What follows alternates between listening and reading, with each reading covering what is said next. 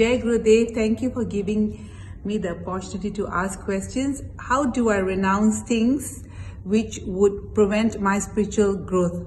Hope to see you soon in Australia. Hari Om. A brilliant question, Lajuji. My advice is very simple. You focus on what you are required to do for the growth of spirituality. You have to practice meditation. You have to practice inner cleansing with catharsis. But at the same time, you have to remain careful as to how you are spending your 24 hours of the whole day. Your life and living must be conscious. You should not live like a sleepwalker or like a somnambulist. Life should not be mechanical. You must remain watchful about each and every activity of your life. If you are watchful, if you are practicing awareness in each and every activity of your life, that is possible. If you are practicing conscious living, then one important miracle will happen in your life.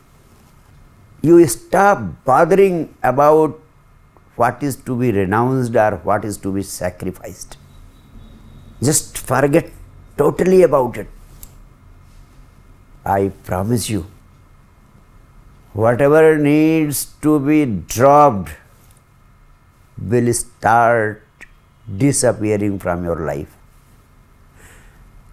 And what needs to be done will start appearing in your life.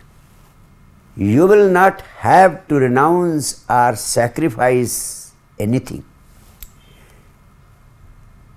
Whatever is not worth doing will automatically start dropping from your life. I take this responsibility on myself. You do your part, I will fulfill my part. And I want to tell you, I am only a symbolic witness. The existence will do it on its own. Neither I am required to do it, nor you are required to do it.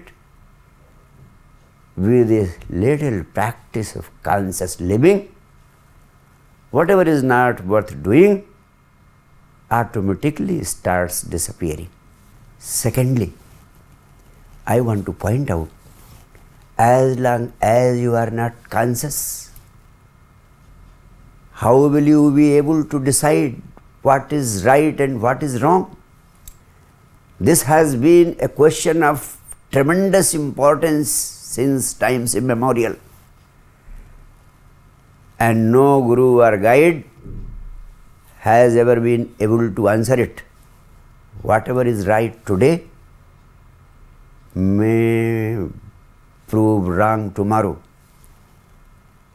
Whatever is wrong today may become right tomorrow. So there is no hard and fast fixed rules about what to be done and what not to be done. In fact, I am not in favor of giving you fixed rules of life and living. And I don't want you to feel guilty about any dimension of your life and living. You have simply to remain conscious of everything you are doing. Your consciousness will prove to be the greatest antidote to whatever is not worth doing.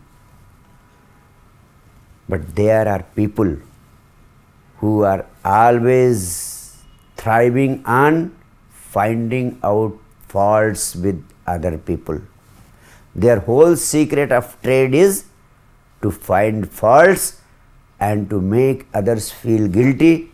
And I have to tell you that such people are not your well wishers, and they cannot prove of any help to provide you spiritual growth. Practice becoming more and more aware, all else shall follow. Thank you.